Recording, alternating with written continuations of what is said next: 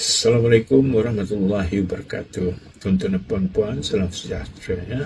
Salam perpaduan.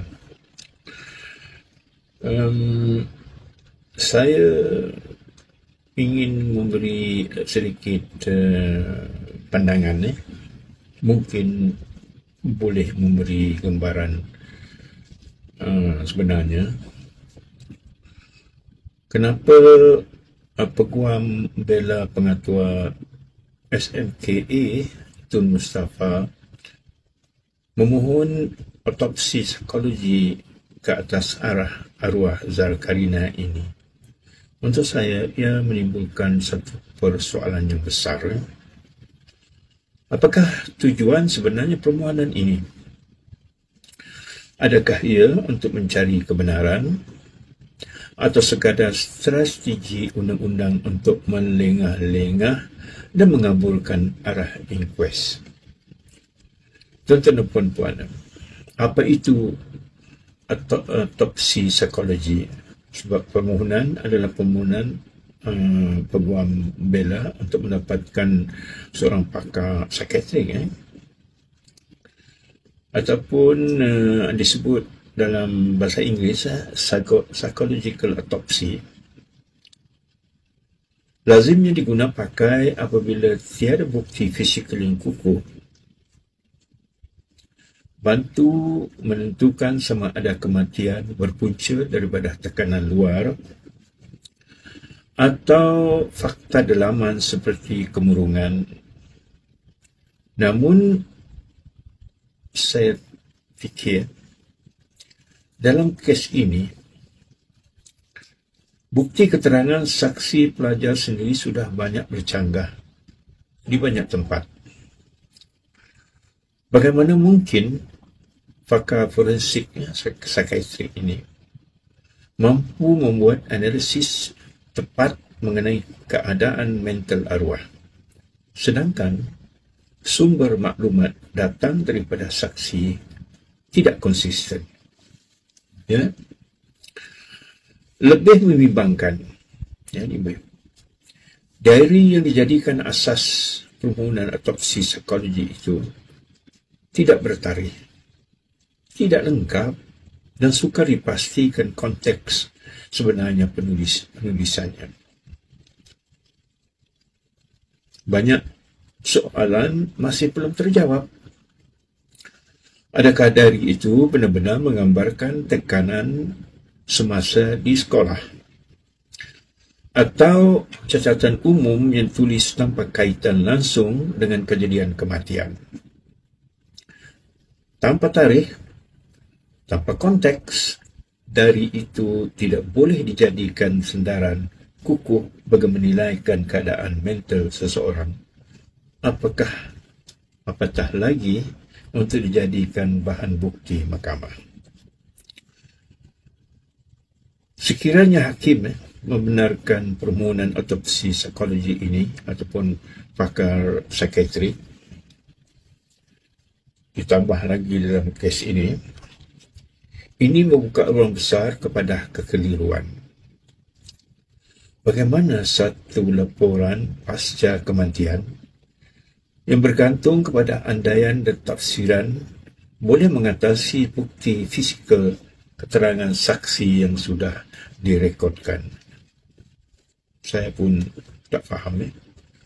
Di Malaysia, saya sudah menyimak, belum ada kes-kes yang menggunakan otopsi psikologi ini.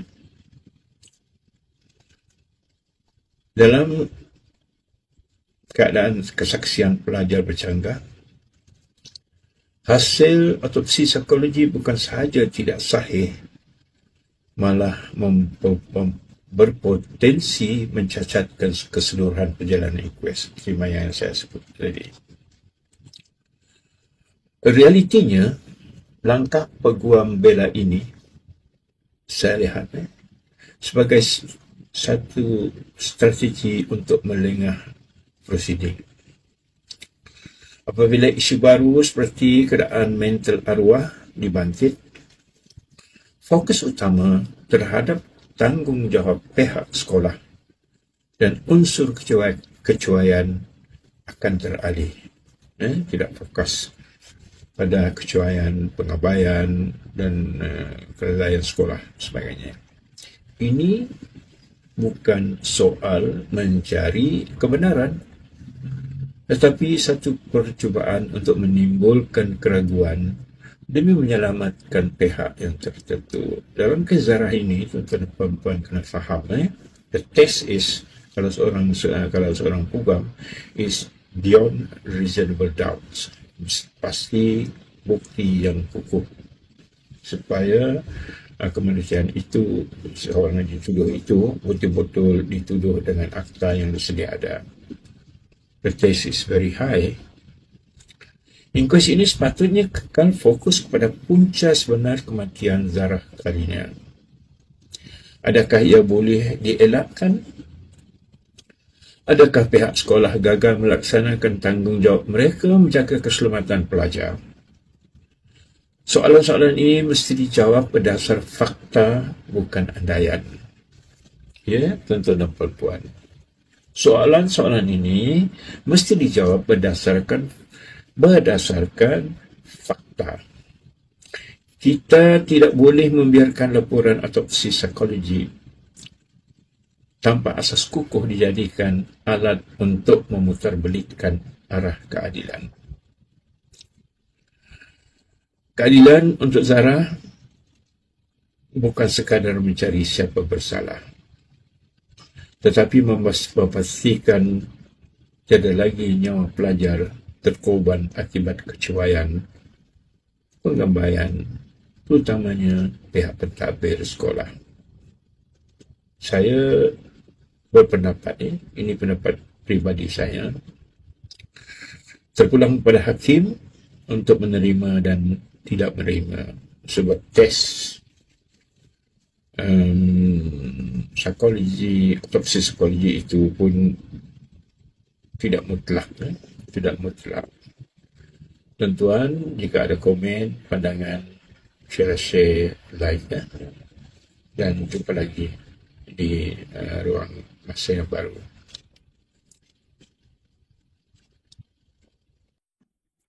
Lagi isu pakar tambahan, pakar psikiatrik masuk campur.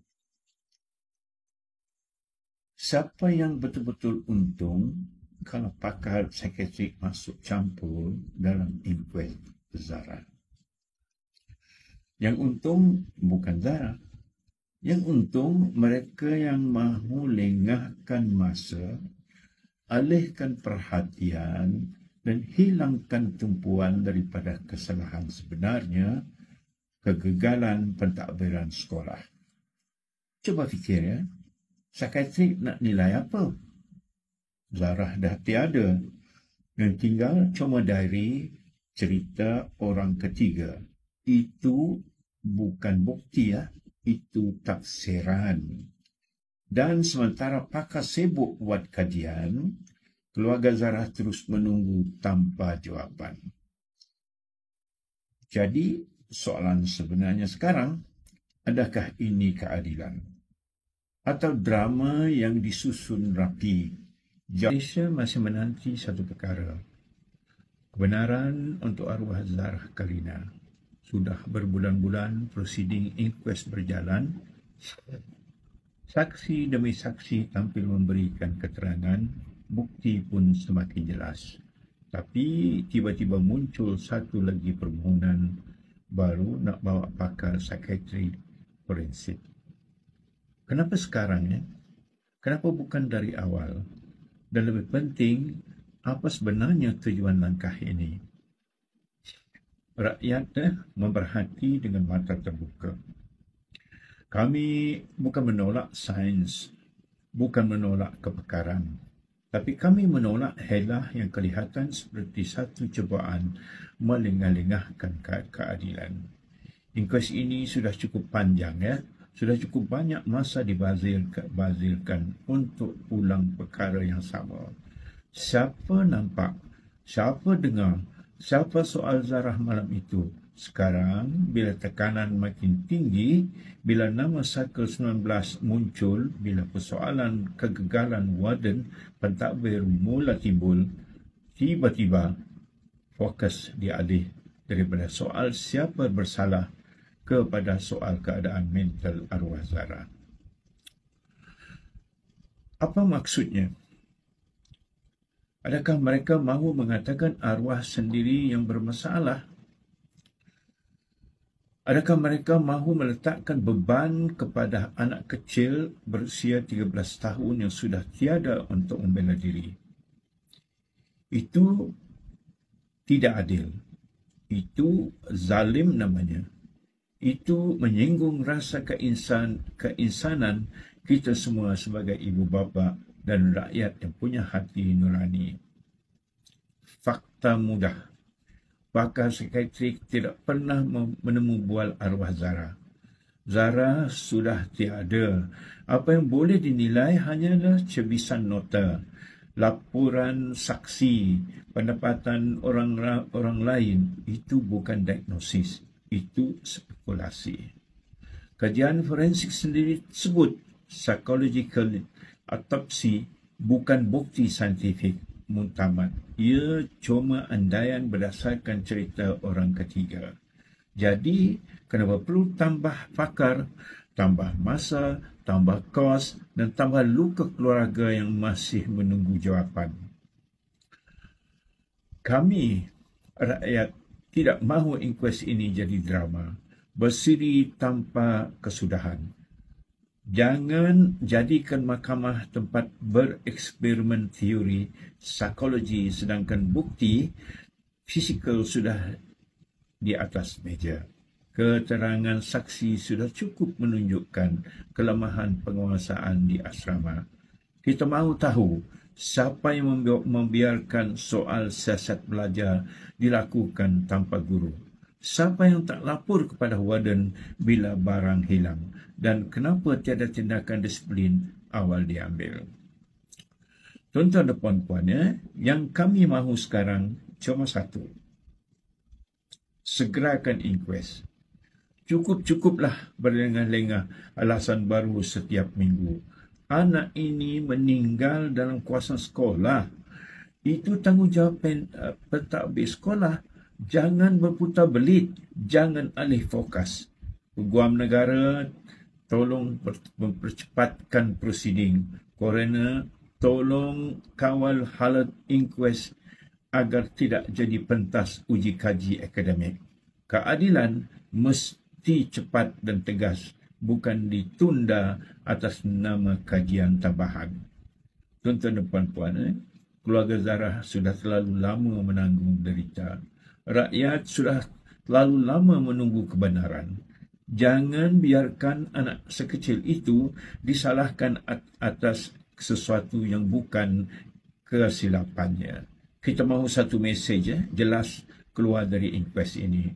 Sekolah bukan tempat gangsterism, bukan tempat buli, bukan tempat pentadbir berdiam diri bila nyawa pelajar melayang. Keadilan untuk Zara bukan sekadar slogan, ia ujian untuk seluruh sistem pendidikan dan undang-undang negara. Hentikan drama psikiatri, hentikan alasan, tegakkan kebenaran sekarang.